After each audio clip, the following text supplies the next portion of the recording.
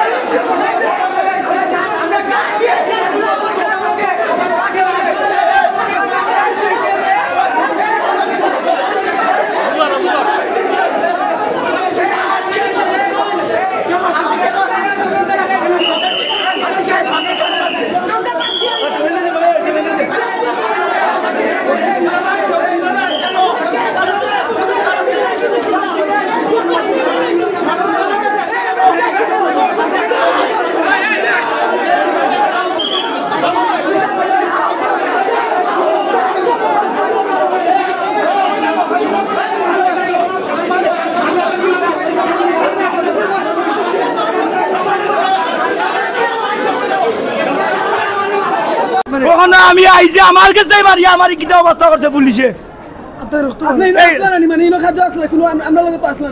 আমি কেন কোনো আপনার কোনো আন্দোলন আমি আসলাম না, আমি সাধারণ মানুষ, আমি সাধারণ মানুষ, আমি আইছি আমার উপরে অত্যাচার করছে পুলিশে।